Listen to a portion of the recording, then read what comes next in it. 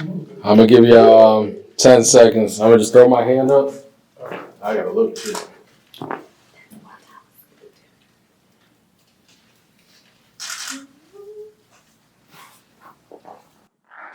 Hi everyone, we are back with episode 3 for TVO with Miss Duchess. My name's Ayana Sumlin, aka Miss Duchess.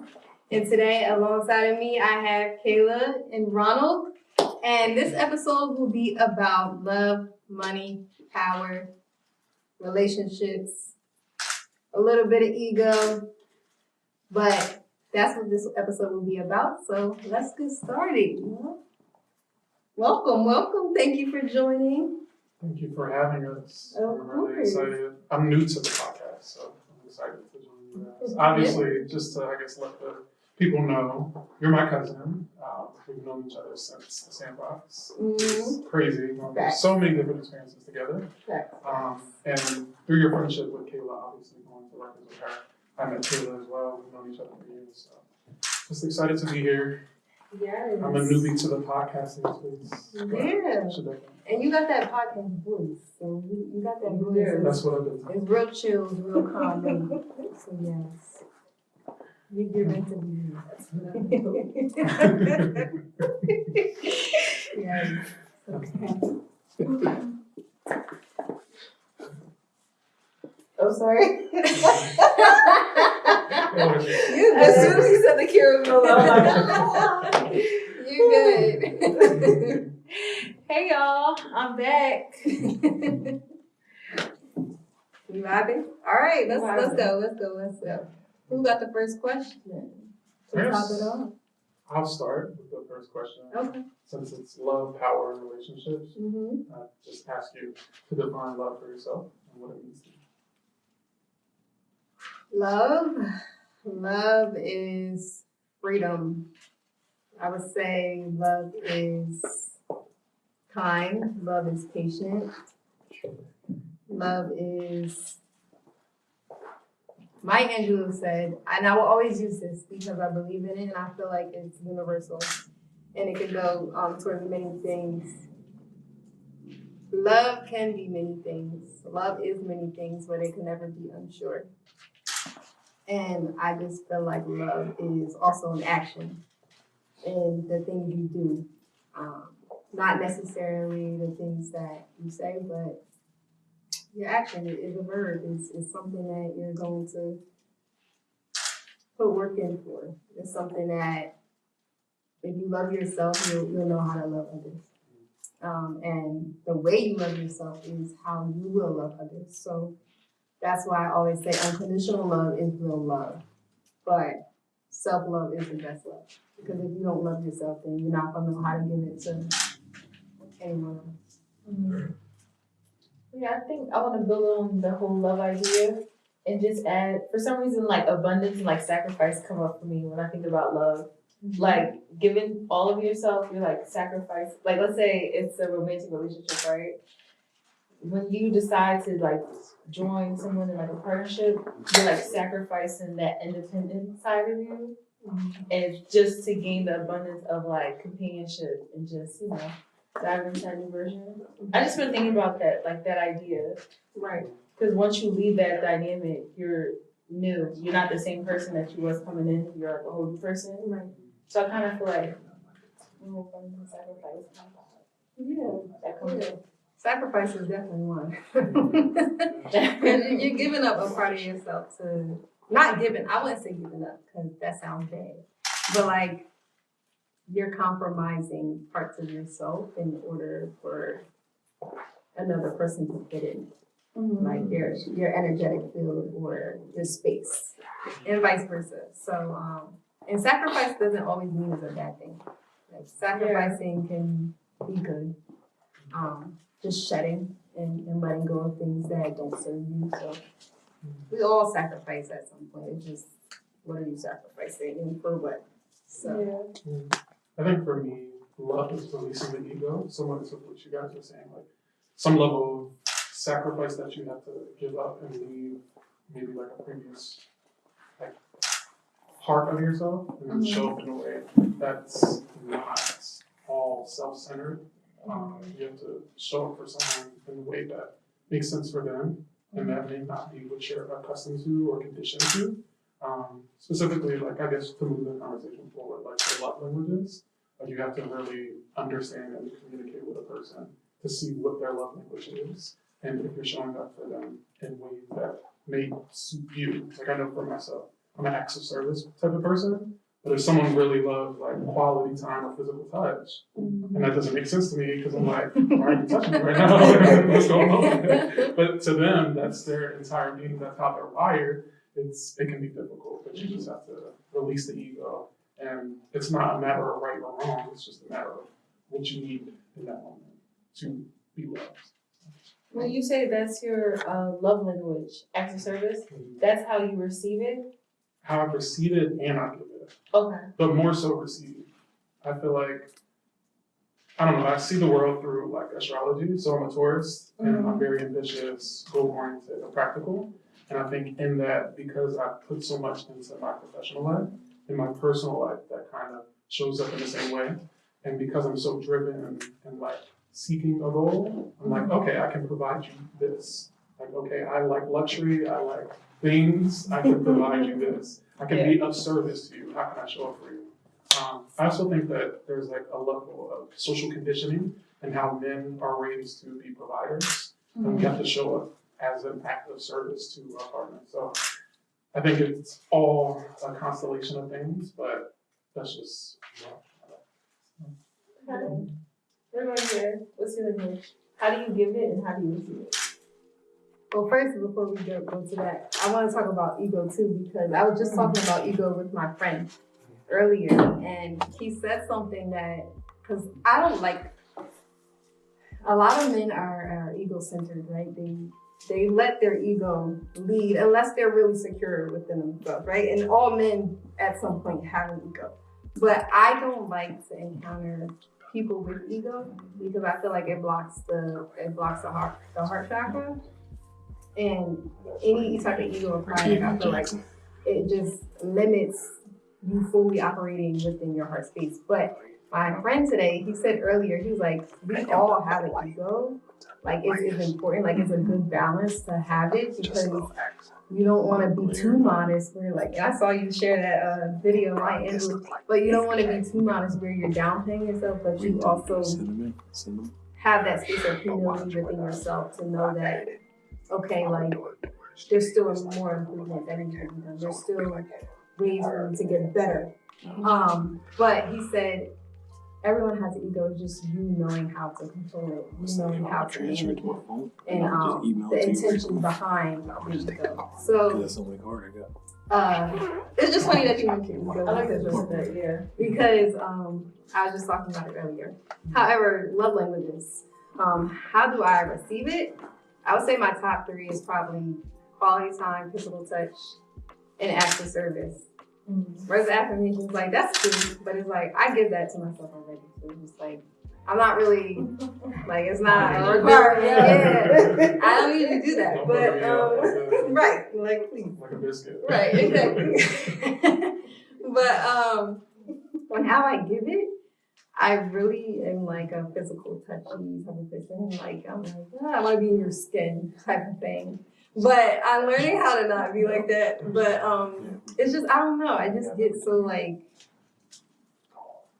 not attached, because I don't want to say attached, because that's not good to be attached to anything. But I just get like comfortable. I just get like excited to share a space with someone and just like them knowing all of me, because not everyone knows all of me. Like, so it's just like, that's more so like the exciting part about it, just getting to know someone, like fully know them.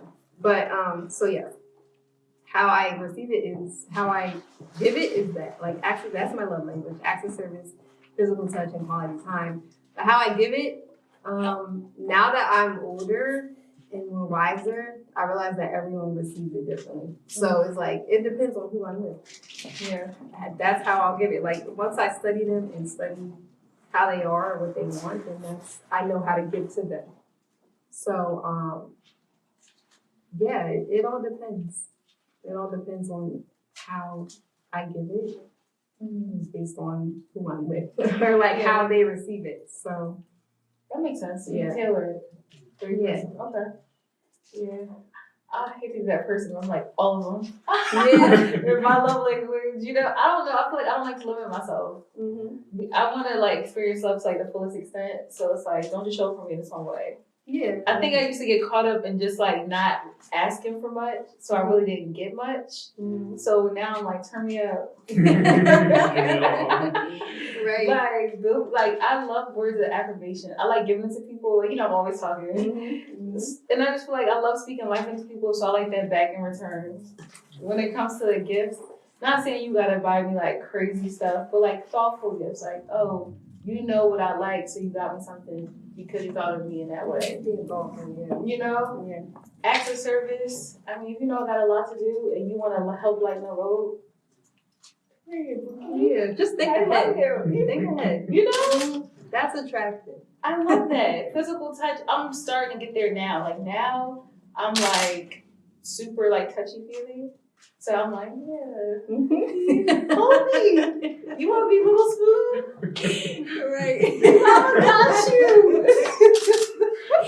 Anything you like. Anything you like. That's Real shit. And then quality time, yes, I love a good quality time. Like literally, I love it all. Yeah. And I think what's popular for me, like on how I like give it out, I think I'm like a big word of affirmations, like with all y'all, whether it's like family, friends, or whatever.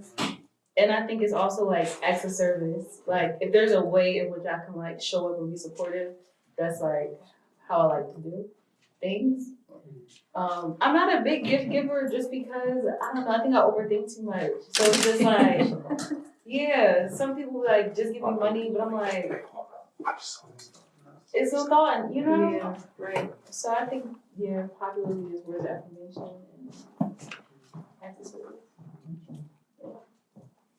Yeah, I was at the conference in Houston, and this one guy, they all up there talking about money. This one guy got up there and started talking about love languages. I said, you got my attention. Like, let me listen to, I went on Instagram and followed him right there and then I stopped playing. Stimulate my But, mind. yeah, because it's just like, okay, y'all can talk about money all day. What about love? There's other things to talk about. There are things that are going to keep the vibration high, the things that are going to keep this world going, people going.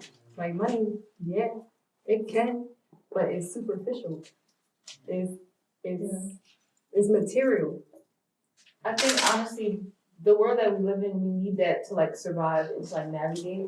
And I think people's biggest thing is like security. So they can't be their full expression of themselves if they don't feel secure. And because money is really like our means to survive. If you don't have that, you know how they say love don't pay the bills. I love you, sis, but I might be broke. Like, you know, I might not have no place to stay. I don't got time for no, lovey-dovey stuff. So I think that's why it's like the huge emphasis because people need to feel secure, and that's like their way of chasing security. I get it. And that's the world we live in, right? The country we live in. It's like, why does it have to be like that? Why do we all have to be rooted in fear of not having, like, if it's all going tomorrow, like, why aren't we still stable within ourselves? Why aren't we still secure within ourselves without the money? Like,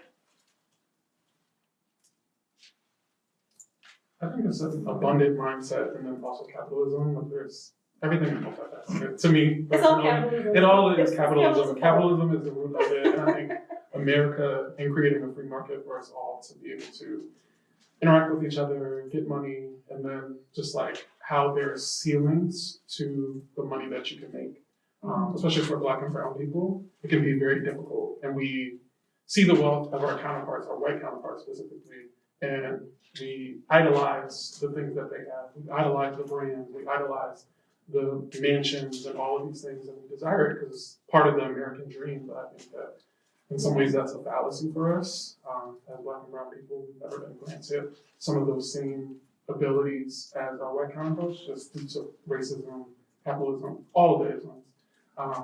But we need to move in more of like an abundant mindset because then you'll be focused in just the trap of like grind. I have to have multiple streams of income, generational wealth. All of these terms that mean things that are really important and we need to focus on. But when you lose things like love, when you lose things like community, when you lose things like just family and friends and like time, it's very valuable. And I think that we need to decenter money in that way. And some of the stuff that you're saying. Yeah. It's all, I know we in a church right now, but it's all bullshit to me. It's all an illusion. Seriously, it is. Like, God knows your heart. I'm God's child, okay? But but it's all bullshit. We're all chasing an illusion. A lot of people are in a rat race, and it's just like, and it's once you like awaken and you start having this bird eye view as to all this stuff that's going on, like, why are we in a country that is trillions of dollars in debt, but then we have banks and holding companies reaching trillions of dollars in assets? That doesn't make sense to me. It just does not make sense to me. And then I'm not even gonna get on Elon Musk and all that. Like, okay, we're not even gonna go down that hole. Love. Yeah, we're gonna go back. Love is We're gonna go back. It just it doesn't make sense. Like, why are we so focused on money, and I get it because we're the country we live in, but there's people out here that are starving. There's people out here that don't have homes. There's people out here that can't provide for their family or they can't be with their family because they're working 3 full-time jobs. But then there's people out here that have homes that have 10 rooms and that have 50 bathrooms. Like, why do y'all need all this? Like, why are y'all not putting these black men, why are y'all not putting y'all money together and creating buildings and creating more and creating homes and creating, like, why are y'all not coming together? Why are y'all putting y'all money towards these designer brands? Why are y'all putting y'all money towards things that people that are not even, that don't care for you, that are not benefiting you, that don't even look at you as a human being? The simple answer is just trauma. It's a trauma programming. I feel like if you grew up not having much, your whole life is like on how you can go ahead and get it, you know? And if you saw how people chose love and was struggling and then, you know, broke and heartbroken, damn, double whammy. Like, it's a lot, you know? So I don't fault people for being on the grind to like the riches. I don't fault them for that. It's like, now that you get to that place of security, it's then like, okay, are you going to come back and reach back and try to lift people up? Or are you just trying to stunt on the gram and just shit on people because now that you're up now, you know? I think the biggest thing with our community is that like there's a disconnect with our humanity. Guys feel like their worth is only attached to money. Like Ron mentioned earlier about like the program of providing. And us women, it was like the programming of just bearing a child, you know, that kind of thing. Or just being home taker or, you know, home nurturers or whatever. And it's just, we've all been programmed to carry on a certain kind of way. And it kind of like, over time with all the social media stuff, the mass media, it got us away from at the core, it's like we should all be in community and work together. Not work against each other. We've been all put against each other, essentially is what I'm saying. And it's a matter of like getting back to it. So now that you're up, you don't work through the poverty aspect of it, how can you help people out? You don't want to help people out because you're traumatized, or you want to help people, but them traumatized people now bring you down. I'm all over the place, but I understand.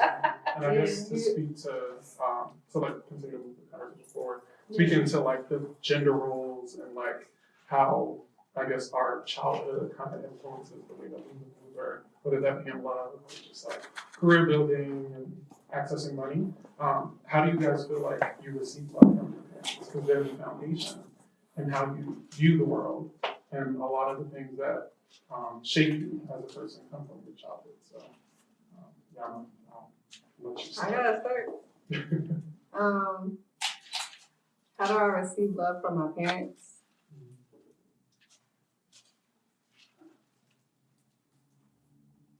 Where do y'all go? am I receiving love from my parents? Is love there? Yeah. But that, I don't know. Like, I feel like with my parents, my mom knew how to show love to me when I was younger. She was more open to kissing me. Like, she does now, like, hug me and stuff like that from time to time. But it's more so, I think my parents look at me as more like a friend on the street. Like, it's like, what's up? Like, you feel me? Instead of like still my baby, you know? Like, my mom would say that, but she doesn't like necessarily treat me like that anymore. Like, and my dad never did, but it's just, I don't know, like, receiving love, I don't know. Like, I can't even say, like, I can't even pinpoint, like, how am I receiving it from, because it's just like, I'm my own adult now. Like, I'm working, I'm here, I'm there, I'm like, I'm building my own life. So it's like, if anything, the love that I'm supposed to be looking for them, I give it to myself. So it's not like I'm necessarily receiving anything, but like, my mom's around, my dad's around, like, you know, I guess my dad's more like quality time. Like, that's his love language. So that's, if we spend time with each other, that's him showing that he loves me. If my mom hers is acts of service or gifts, like, so she is, so, right, so gifts, so if she'll give and give and give, and that's her showing that she loves you, and then, and cause that your aunt, my mom, and your mom, my aunt, they all are the same way. So my nana had six children, six, and they're not really affectionate. They're not affectionate type of people. So they are. I don't even know how they show each other love. Honestly, I really don't. But I can't. Like, I don't know. I personally feel like it's a lot of earth energy. Yeah, they're all Taurus. So our grandmother is a Capricorn. Our one uncle is a Capricorn as well, born on the same day.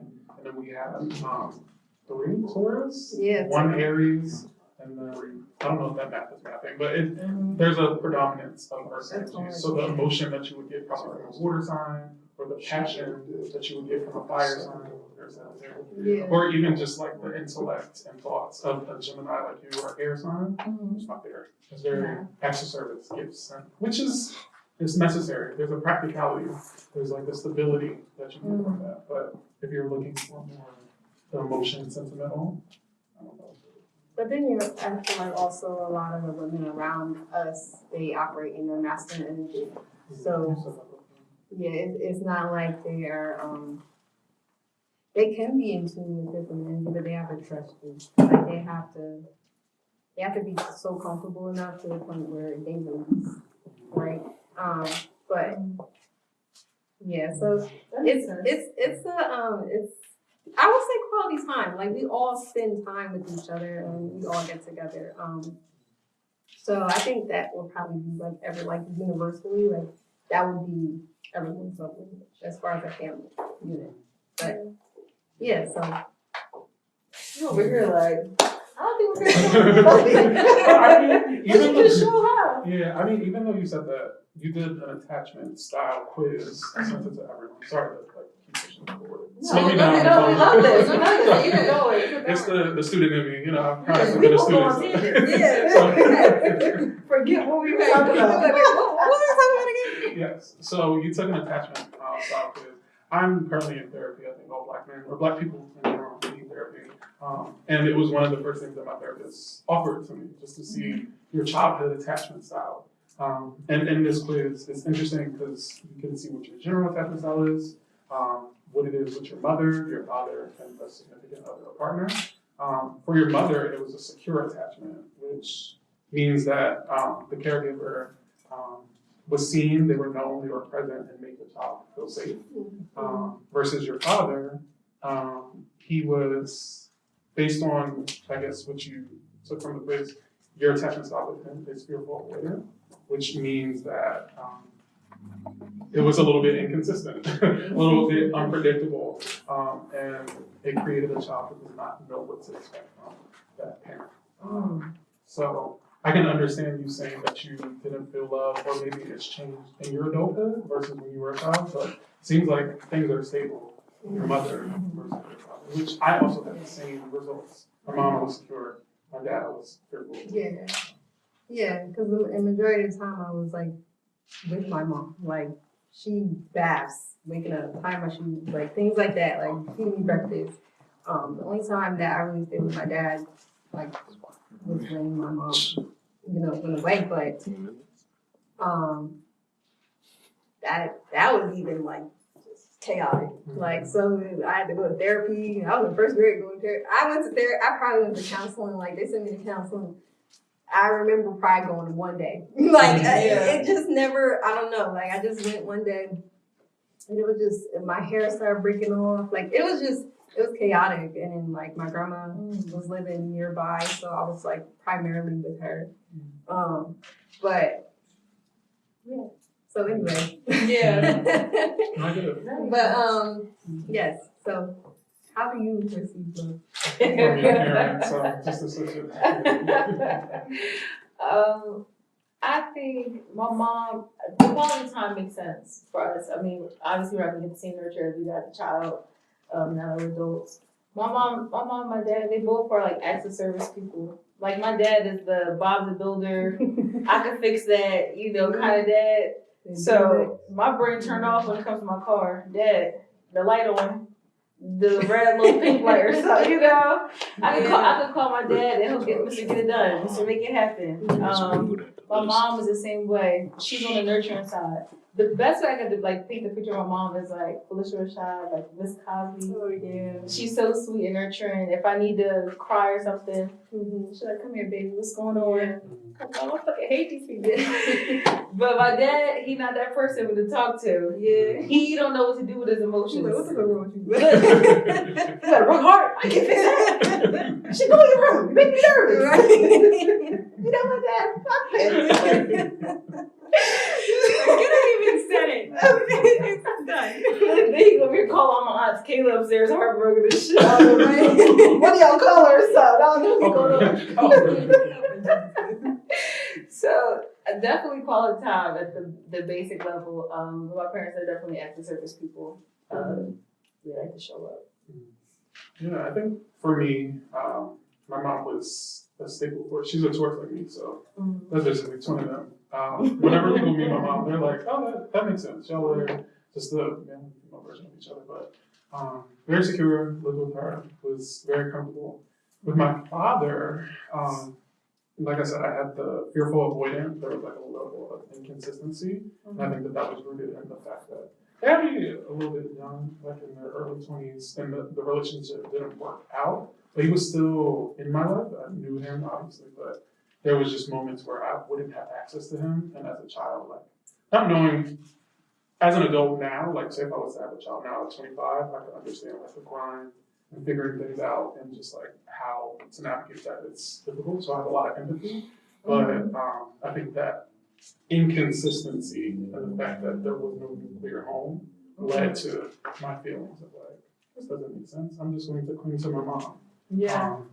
And I just found a lot of more familiarity, with her, like just based on our interests. I think the only way that I could connect with him was through sports because he was a previous athlete. Like he loved football, All-American, did his thing.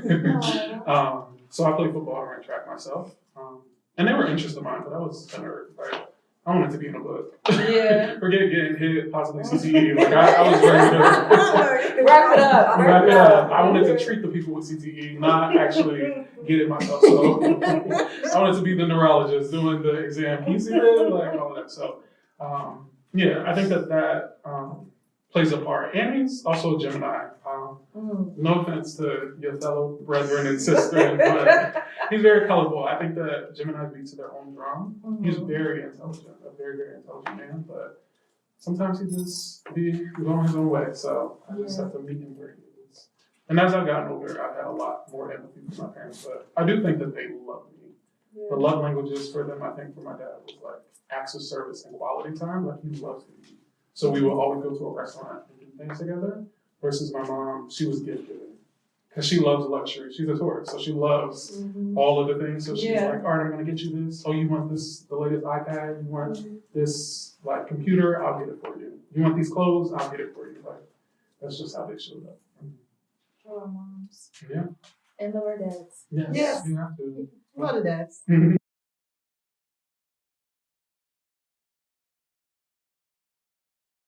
they first go around being parents, you know, as they say. That's, yeah. And I realized that once I started healing more and I started to go through like an awakening and just realize like who I am. And me finding out who I am, I had to find out who they were and who they are. So at some point it got to a point where it's like, okay, I can't fault them. I can't blame them. They had their own journey before I even got here. Yeah. They had their lessons they were doing before I even got here. They had their own experiences before I even got here. So who am I to judge them? And I don't look at them as like, they're my mom and my dad, they're my parents, but I don't look at them in that way when I don't need to or when I don't have to, because it's like at the end of the day, they're still a human being. They're still a woman and they're still a man.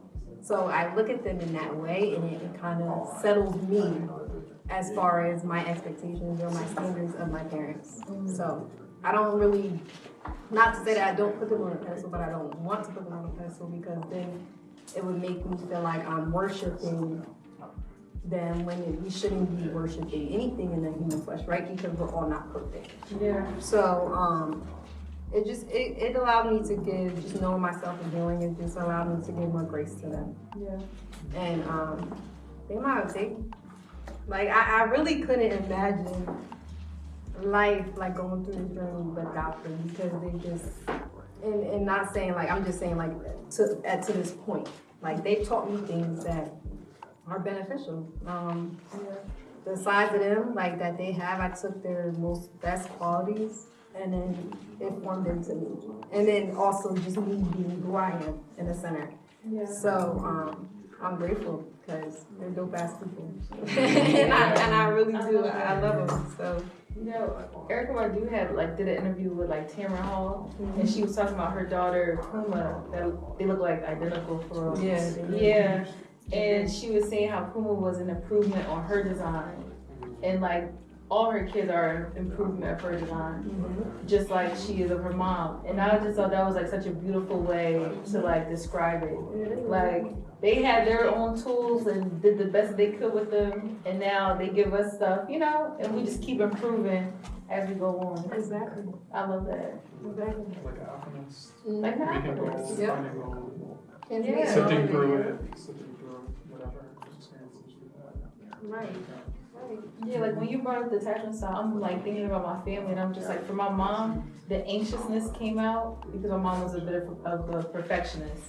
She's a Gemini, so we had the fun, but then the mood swings come. I'm like, are we still homegirls or what? You scared me. But my mom was always busy working, so it was she'll be tired, but then try to do the most. And my dad was more of the avoidant type. I don't feel like dealing with these emotions, girl.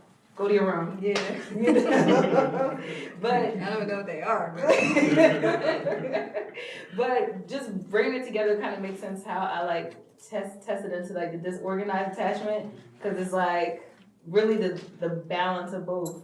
Not really the balance, is all the chaos, but it's because of my situation. I'm realizing I have my own little gifts and talents because of it, how things could be a superpower.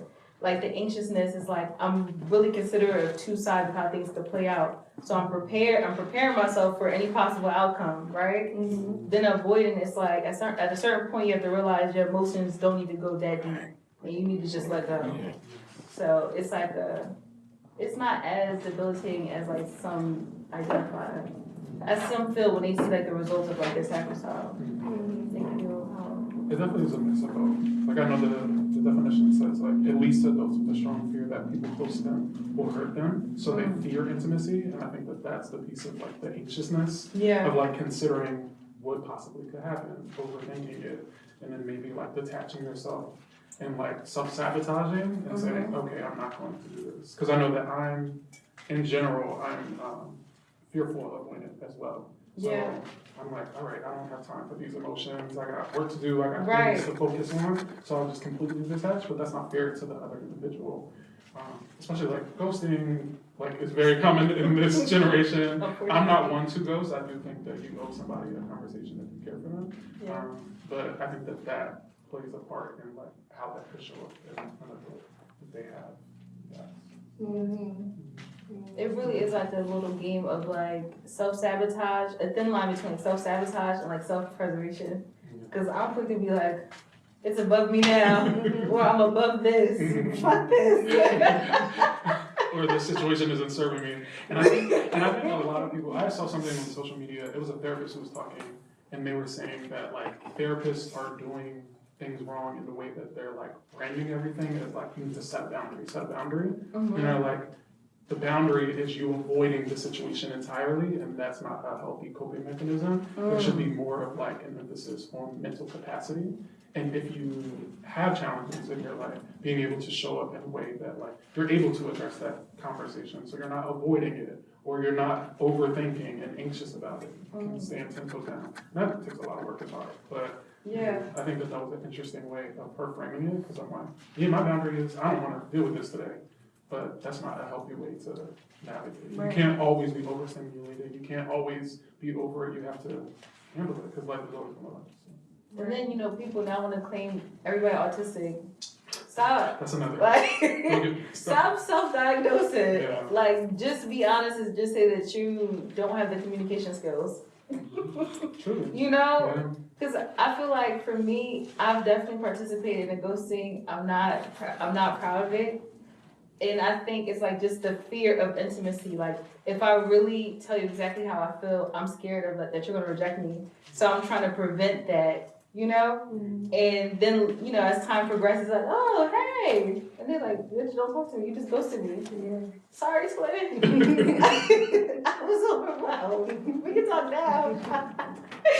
but now my whole mantra is like, feel the fear and do it anyway. Like, what's the worst that can happen? At least I can walk away with the clarity that like, you know exactly how I feel about the situation. So now that gives you the decision to know, okay, do I want to proceed or not? So, yeah, feel the fear, do it anyway. Yeah, I like that. Feel fear, but do it anyway. We try to create intimacy, not block it even more. Right, girl. Now, if I tell you I got a problem, right? If I tell you we have a problem and you do nothing, I'm done talking. Oh yeah. That's a block. Yeah. Hey, good for you, Dr. Woo. Yeah, that's a block, and I'll block them up in a quick second. But yeah. Since we're talking about blocking and toxicity, sorry to cut you off. What does a healthy relationship look like for both of you? Before we get into the negative. Don't ask me, because I Ideally, what would be your like dream relationship? How would someone show up for it? I would say a healthy relationship is just, I would say just loving each other unconditionally, like being best friends. Like, I can go to you for anything, you can come to me for anything, and we're just comfortable enough to be ourselves. Like to 100%, like purely be ourselves. And I feel like that's also a healthy relationship, like just to allow each other to be independent and in our own, and have our own journeys in our own lives, but we also know how to come together and build with one another. And not having expectations on each other. We're human. We're both learning. We're both growing. So once you start to place titles, and you start to place expectations, but of course you have standards, right? We all have standards. We all agree on values that we share or morals that we share, and we build a foundation on that. But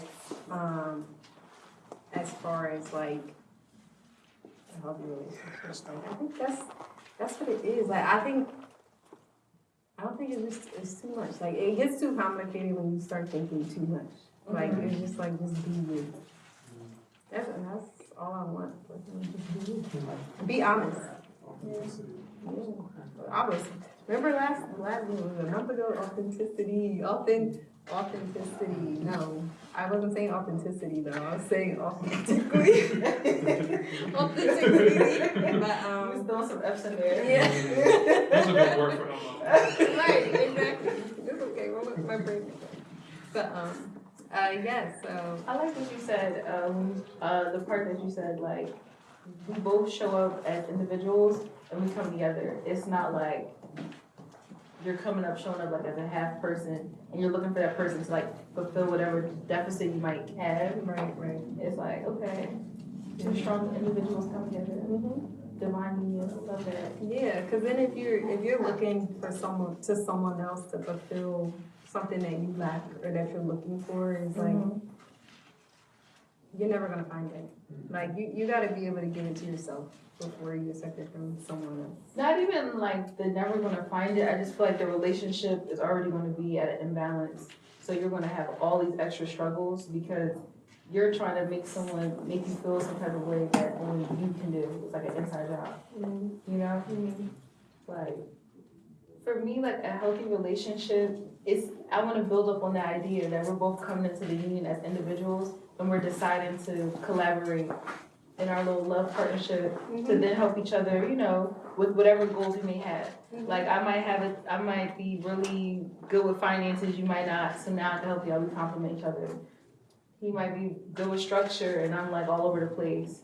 Boom, you know? Yeah. It's all about us coming together to like elevate and grow. Right. So yeah, I feel like a healthy relationship looks like us investing in each other and growing as, you know, individuals and collectively.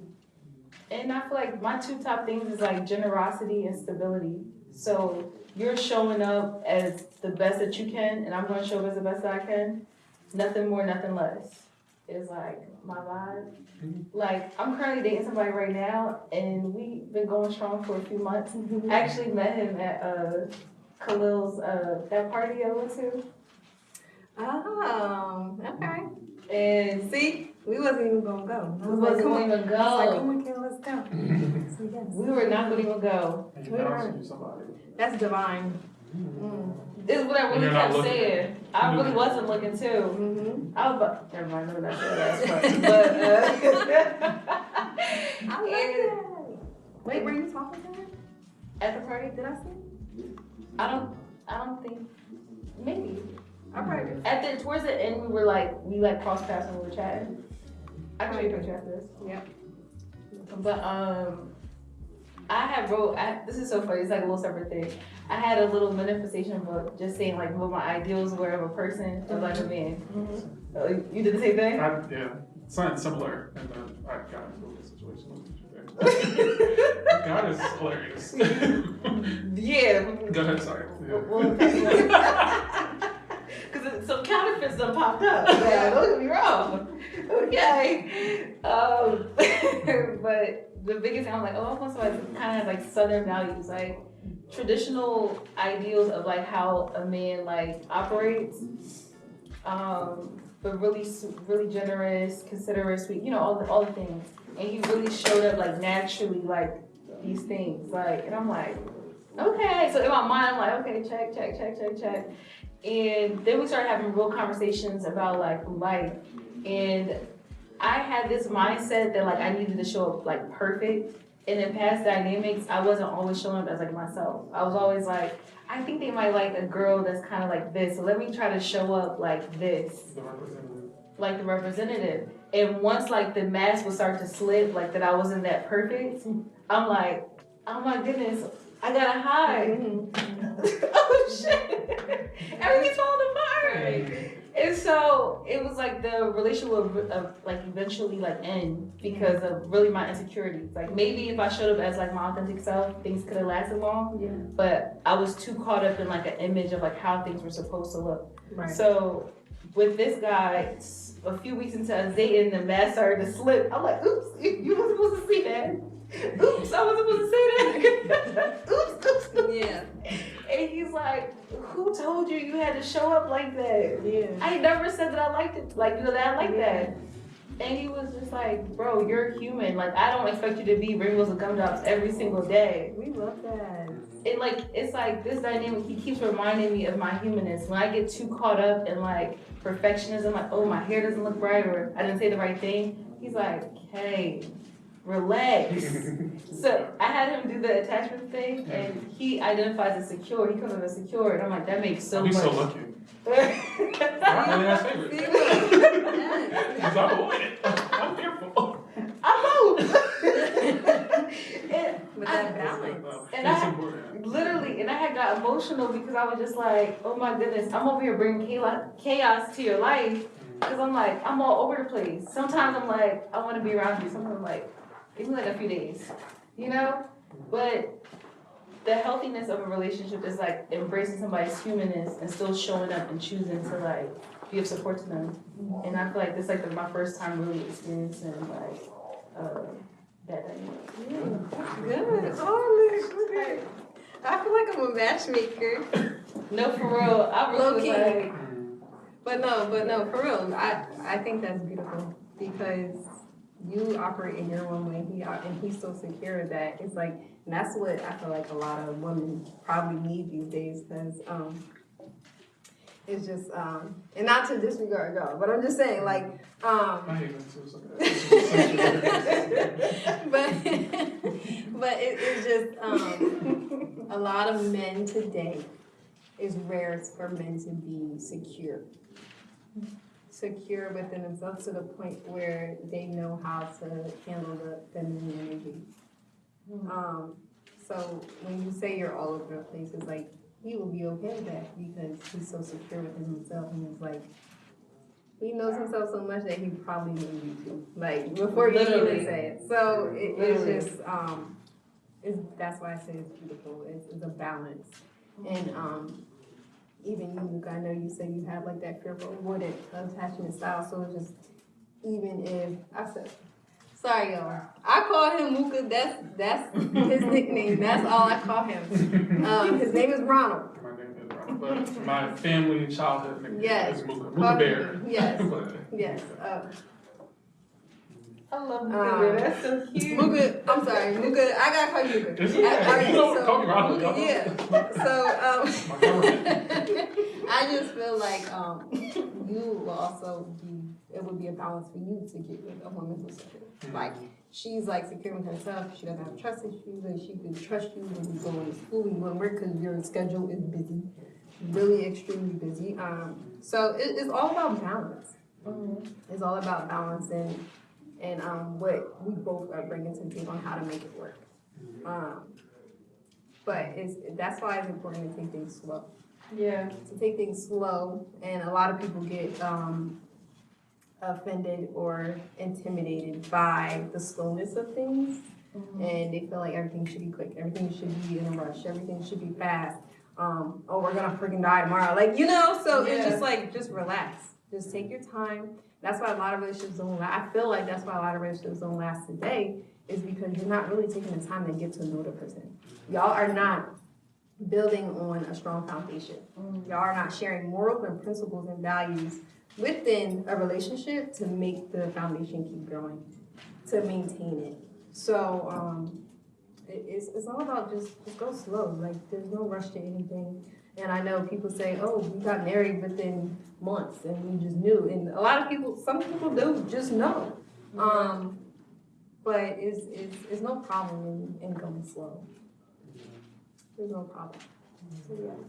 But yeah, that's it. Conflict, not to cut you off, but just going back to the conflict part, just this one last thing I want to say. I learned this in organizational behavior, and when I also took psychology, it was just people with like avoidant type of personalities, like they want to avoid because they don't want conflict, because they don't like conflict. But no conflict is just as bad as too much conflict. Like you need some type of conflict to resolve some type of issue. So it's just avoiding it is inevitable. Like it's going to happen. It's just how you handle that conflict, how you go about it, how you resolve it with one another. But anyway. Okay. So Ron, what is a healthy relationship to Look you? like to me. I think that it's a partnership for me. I think it's showing up for each other in a way that, I don't know, I'm not a big fan of gender roles, so whatever it manifests in, that's fine. I know that I'll be like a breadwinner because I'll probably be, like I'm very career driven and like without me doing, I'll be making a lot of money. But even in that, like I also want someone who's very ambitious, very independent, very strong-willed.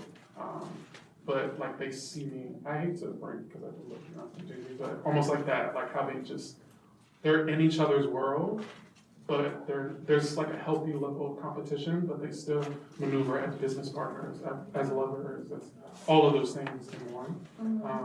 But I also think for a healthy relationship, for me, there has to be an alignment of ideals, of morals, like a strong foundation.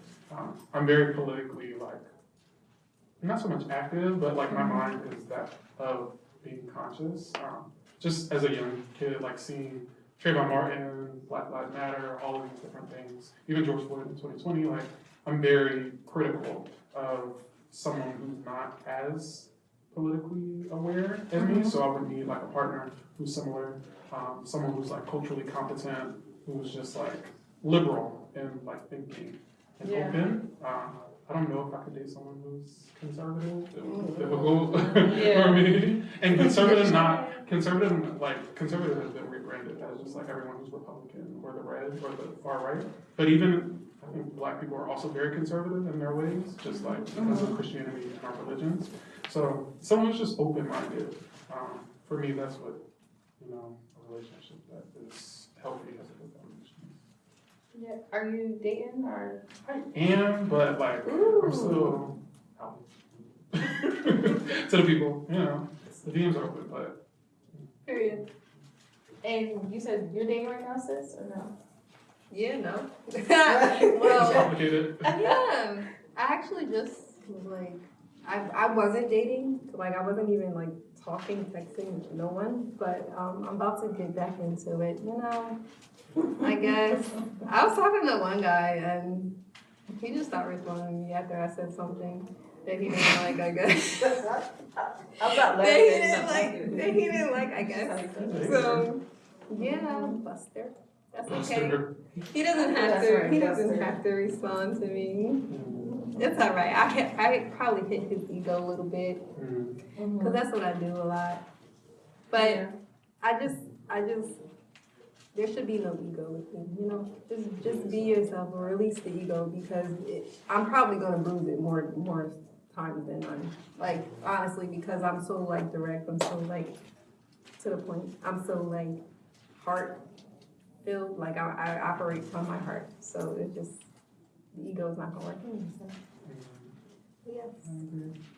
Another question I have, do you think that monogamy works in the digital age where there are a plethora of options? I said the DMs are open. They're really not. It was a joke, y'all. Please don't hit me up. I don't, in my Don't talk to me. because y'all gonna blow up my spot and like I probably get 10 minutes. Please don't mess up the happy home. But yes, in the digital space, do you think that monogamy works? What are your thoughts?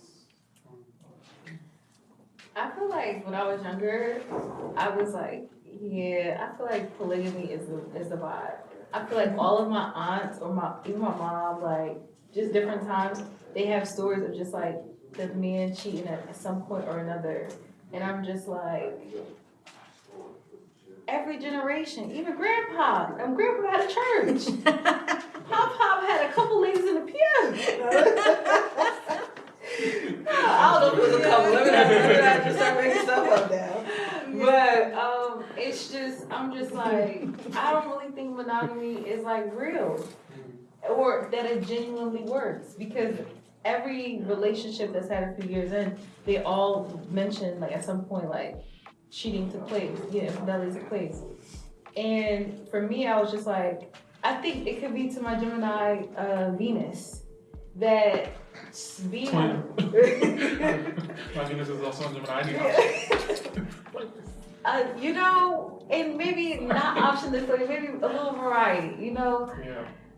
I don't want to feel trapped to be with someone for the rest of my life because I feel like we need to honor the fact that we all grow and like we all grow at different rates. I might have needed structure from you. So now that I have that sense of structure, it's time to graduate. And then you might need more excitement. So, it's like everyone can't give us everything that we need. And I don't feel like it's fair for us to just stay glued with someone because society tells us that's how you're supposed to do it. I don't feel like that's right. I like the idea of polygamy when it comes to like group economics in a way, when done responsibly. If we no longer work, I don't want to hold you up. Don't hold me up.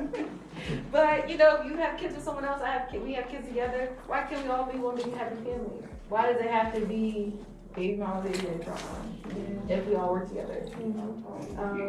But the current guy that I'm dating, he's very traditional, and he's just like, girl, I hope you're not talking to other people. Yikes! I'm talking to everybody. No, I'm kidding. I'm absolutely kidding. And it's making me think now that, like, you know, honestly, maybe polygamy really is. It can actually really. No, monogamy can actually really work if both parties are really committed. Yeah. Growing up, I just feel like I've never seen any like example of a successful monogamous relationship. I don't know. I think it's tricky because there's different forms of, like, polyamory is, I guess, like the umbrella term. Then there's like polygamy and then polyandry. Like, Okay, yeah, I could be using the wrong word. No, you're saying it right. Like, most people say polygamy, but there's like one man and multiple women, which I'm used to. Obviously, sex is not all of the, you know, like, usually that's the way, and we applaud that behavior because it's, man, he's a pet, but there's also one woman and multiple men. So there's different ways to operate in, I guess, polyamory. Would that work for me? Probably not. That sounds like a headache. That sounds like a lot of people personally. And I'm just trying to focus on myself and that other person to get to know them. But I didn't really think of it from like an economic standpoint. Like, just like having everyone in one home. From my understanding, I guess, like, even in the Bible, there were men. I don't know if it was a lot. I'm keeping going. Sorry, but there was one man in the Bible, and he had hundreds of wives. Like, it was a lot. But you have to be a very rich man to do something like that, especially in the modern age. Like, inflation is serious. So I don't know. I know it wouldn't work for me, even though I did say that I will be like a primary breadwinner. It just I couldn't do that. Yeah. But no shame to those who do. Like, I know there's a popular singer, Nina, who many people say I look like. He is currently in like the blogs, whatever you want to say, because he's in like a polyamorous relationship right now. It's him, and I think he has like 3 or 4 other wives or girlfriends. So you know, it works for some people.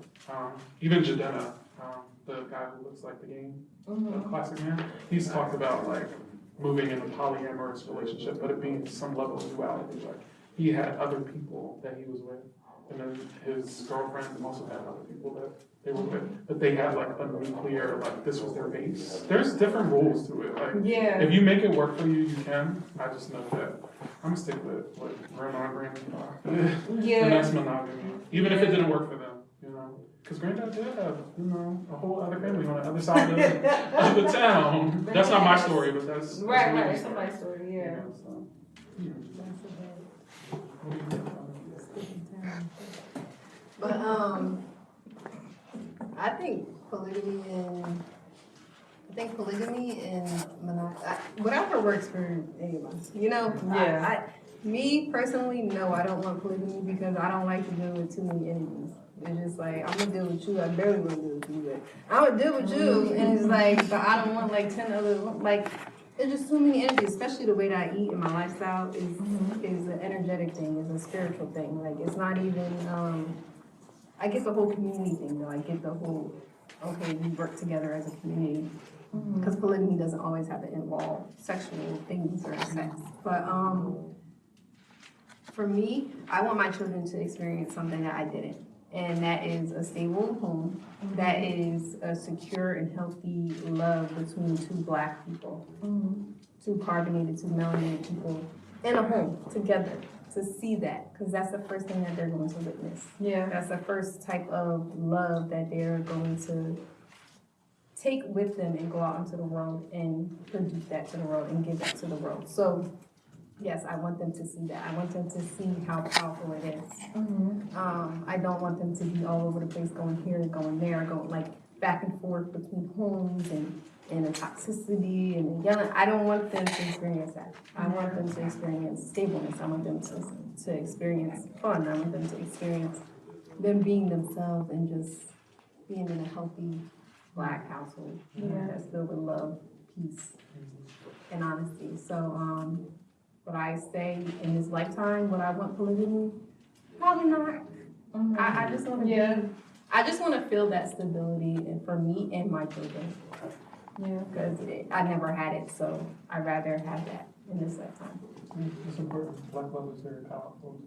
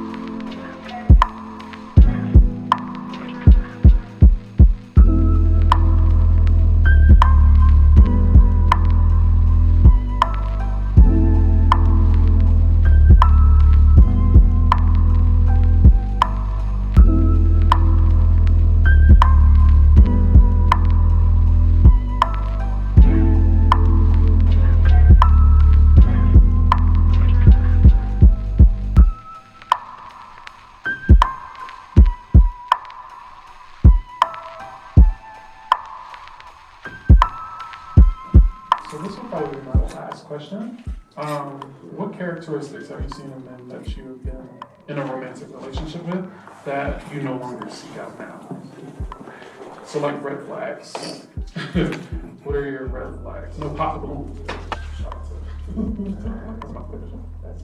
Yes, What characteristics have you seen in men in the past when in a romantic relationship that no longer serve you or no longer seek out?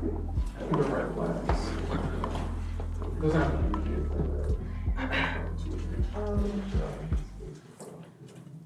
I know this is gonna be a little random. I'm just gonna throw girls into the mix too. Because there was a point in time where I did think about, possibly being, but when it came to the X, too advanced. I just wanted to cuddle a girl. I just wanted a friend. I always wanted a sister. I always wanted a sister. I always wanted a brother. Just like you.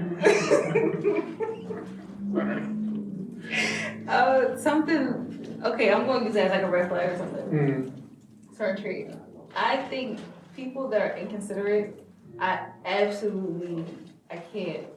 If you don't think about me or consider me when you make certain decisions, like I can't do that because I'm a giver, I'm nurturing, like I'm always worried about how, I can come through for you or like think about you in a certain thoughtful way. So if you're not like that, And I think like meanness.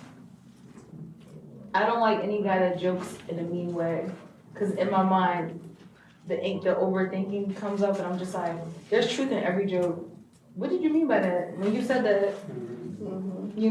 Don't plant any seeds of doubt with me, because I will leave. I'm already thinking of ways of which I need to leave. So you trigger any of the thoughts. Right. We're gonna rip this up real quick.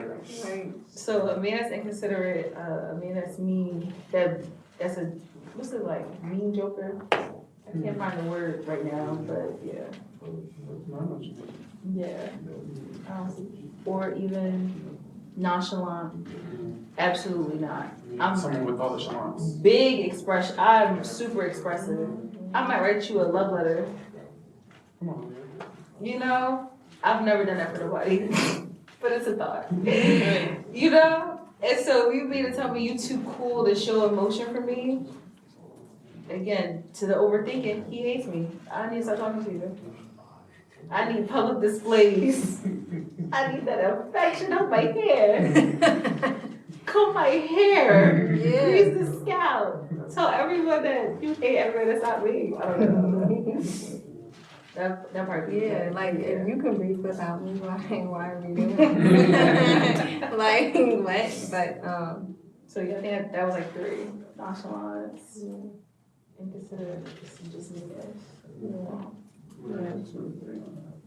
I would say inconsiderate because it's like I might be planning out a day and be thoughtful, right, and plan a whole day for us, and then you don't show up, or you come last minute and you put something else before that. And it's just like then you just get there and you're like, okay, we just scheduled a day. What? Like I just spent this whole day like planning this whole thing, and then like you just come and it's like, oh, just whatever. Like I'm more focused on whatever else I had going outside of this than what we had planned for the day. And then also meanness. I used to be attracted to that, like the mean boys and stuff. Like, but now it's like we need to go heal. And I don't like mean people.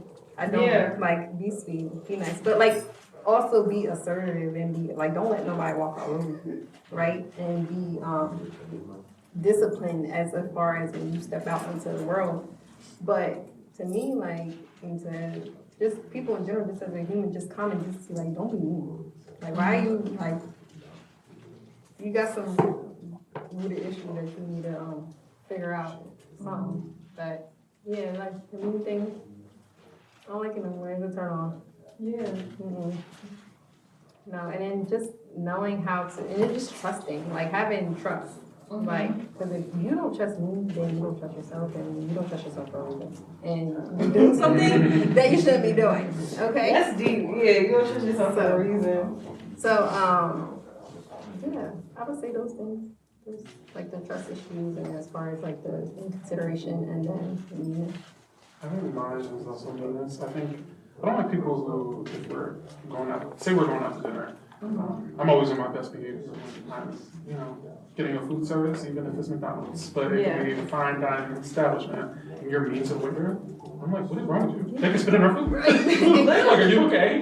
You're like, oh, this is wrong. Blah, blah, blah. I'm like, no, it's okay. Like, it's fine. But that, like, I don't know if it's meanness, but I think that there's like a level of a lack of manners, maybe, and just like upbringing and like home training. It's like you show up in these spaces a certain way. Yeah. Show up authentically in how you are, but understand that there needs to be some level of reasoning behind like your actions. You can't just be like, or even like a bum off the street, someone who's homeless, like people who are considerate in that way. Maybe you don't have money, but say we walk past them, and you're like, oh, I don't have anything, and then after we walk down the block, you're like, oh, that person needs to get a job. They're so lazy, they're asking me like that. Oh, you're not kind. You're not empathetic. You don't have like a level of love for humanity, even when someone is going through it, because that could easily be you. We're only 1 or 2 paychecks away from homelessness, I feel. So, just like that level of lack of consideration, just like and someone who's just like, I'm also a little anxious, but I can't do like if I always ground you, and I'm fine with it because my energy is very earth sign. Get your shit together. Yeah, and not even that. Like I hate like a Debbie Downer person. Like that is a red flag for me. Like if it's always raining in your world, I don't want to be a part of it. No rainbows near. Never. Yeah. That's not me. I just want joy, positivity, abundance, kindness. Y'all made me think of another thing. Laziness. I can't stand a lazy person. That makes my skin crawl. It's like laziness or like low effort. Like if I'm thinking about doing the most for you and you just like, oh, I got you a Pop-Tart. I just got you a whole meal. A Pop-Tart? Did you like think Kayla liked this flavor? Or you just like, shut up, just get I'm yourself. sure one is coming. Ew. It would. I'm a Sundays girl. No, it's not. But it's like I'm always thinking of like wanting to do like thoughtful, fun stuff, and everything is like, oh, let's just chill at the crib. No. Yeah. But like, you know, make it an experience. I like to make it an experience. It doesn't always have to be, but like, I just like effort. So anytime I feel a bare minimum or a breadcrumb, jump scare. Get me out there. Get me out. This ain't gonna work. I'm sorry. I see how you naturally operate. It don't work for me. Right, right. And those are two of the biggest red flags is manipulation and gaslighting. Like they fall in the same thing, but gaslighting and manipulation, is like I know how to spot it from miles away. So yeah. You're like, I can tell you trying to break from me. Yeah, for sure. It's just like, yeah, they give you a little bit and then they back up and they give you a little bit. They give you exactly what you need at that time. They back up and they like, wait, I want it again. Like, where are you going? Like, and then they come back again and then they got they got what they need. Now they're back. So it's like, yeah, but yeah. It's kind of funny though, with all of our attachment styles, there is a level of push-pull dynamic that like we all like play out to different extremes, of course. So that is like a form of manipulation too. Sometimes we might do that and not know that we're actually kind of being toxic. Yeah. You know? Yeah. Yeah. Like, They're like, you're gaslighting me. I'm like, no, I just disagree with what you said. Like, that's not gaslighting. Right. It was But wrong. literally, you know, people use these buzzwords, don't know what it means, and they use it to actually manipulate you. yeah. And just because I don't agree with how you want to operate, baby. That's not gaslighting, bro. Yeah. You were wrong. Right. Take accountability.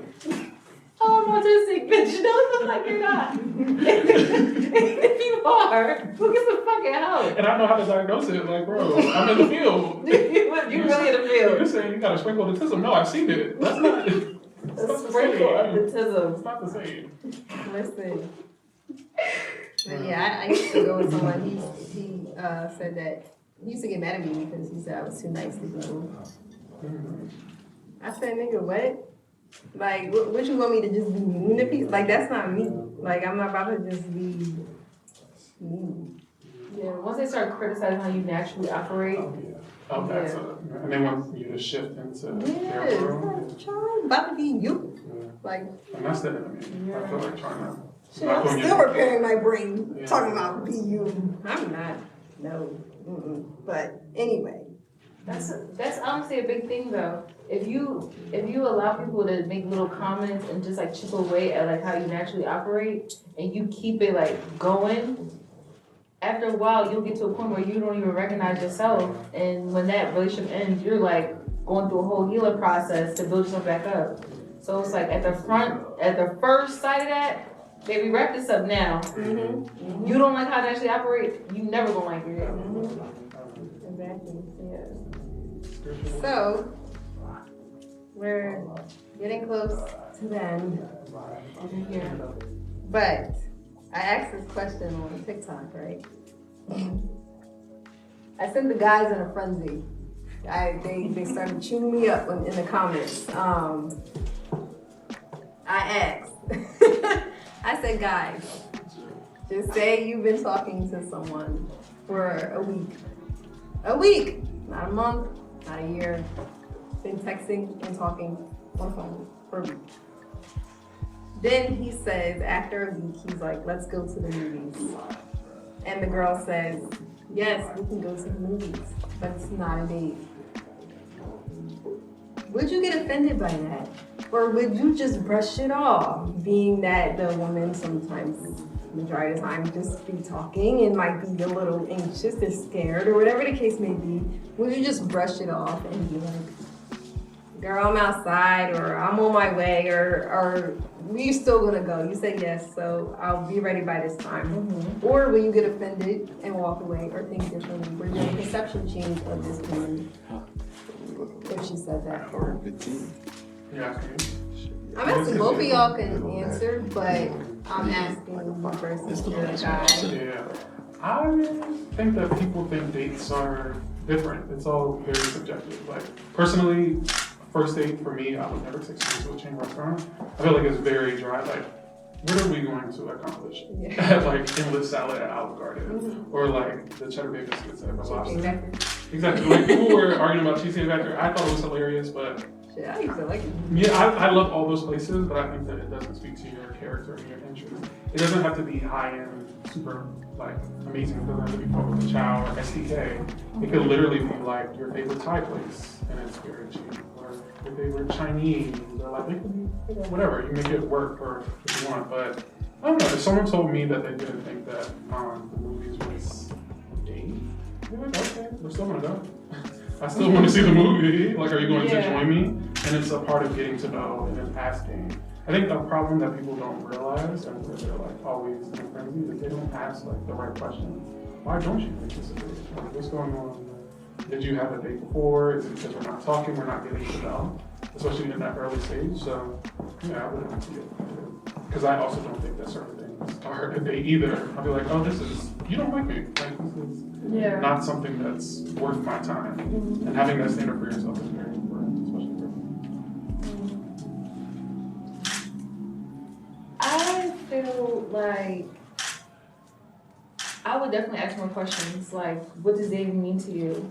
If we just homie, then we just kicking it, okay, we just kicking it. But like, I've gone to the movies with friends and like, oh, it's a friendship date. Like, we just want to, bond in. I think a date can be literally as simple as we go on a car ride, just going through like a cute neighborhood, and it's like, oh, I want my house to like this.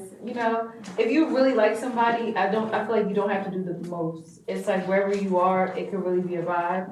And then as the relationship progresses, you might be like, okay, let's go to somewhere more luxury or, thoughtful. But I think people get too caught up in like expectations that someone else might have, and then take it very personal if they are in a position to like show up in that way. Right. So it's like, damn, we not all bums just because, I don't know, because we want to go to Cheesecake Factory. Yeah. And then it's just like, why y'all shaming people for Cheesecake Factory? If we all can agree that the food menu hits a lot of times, what's the big deal? People are going off of how influencers live and then, comparing and, comparisons that people enjoy. So if we're talking about a movie date and you're like, that's not what my version of a date is, that's you just setting a boundary that like, this is cool that we hanging out, but I need more. I need you to do the most for me, and then you define those terms. And like how you said, with dating, it comes a certain level of expectations with it. So you need to be realistic about your capacity, and they need to know. So it's not like I just did all this for you. I done took you to the movies, and I can't even get a kiss or a little something, So it's one of those things where you have to ask more questions to figure out a person's standards, and then be realistic if you have the capacity or not. Right. So, I'm not gonna speak in third person, because it was me.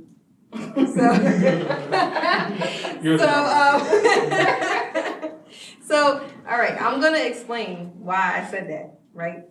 So, and this is my last point, but I said that because I didn't want to go into the date. And mind you, I love movies. That's all I do. I lay in my bed and in my room and watch movies all day. I'm in my glory watching movies. I do not mind a movie date. So when I said, yes, we can go, it's not a date, I wasn't discrediting the movie as a date. I wasn't discrediting the date, period. I wasn't discrediting the effort. So I said that because I didn't want to go in there and have any expectations on the experience. I didn't want anything attached to the experience. I wanted us to enjoy ourselves and not look at it as like a date or anything in that nature. Just let's take it slow and let's go as friends. Let's be human beings in one space. Like, that's why I said it's not a date. I didn't want to bruise any egos, but I clearly did. But that's why I said it. Like, I just wanted to more so clarify, like, let's not attach anything to this. Like, don't expect me to call you every single day now or talk to you every moment of the day or whatever the case may be. Like, don't put any expectations on this. And that's all. It was just more so just creating that boundary of like, okay, like, don't expect nothing. Because then expectations lead to disappointments, and I'd rather just enjoy the moment. I'm not saying that a movie is not a date, because we could walk in the park and it could be a date. But also, we're not interacting with one another either as well. Like, we're not, like you said, character in just that experience is like, you don't really know what someone's interests are unless you're really interacting with them and like doing things that bring that personality out of you or bring that character out of you.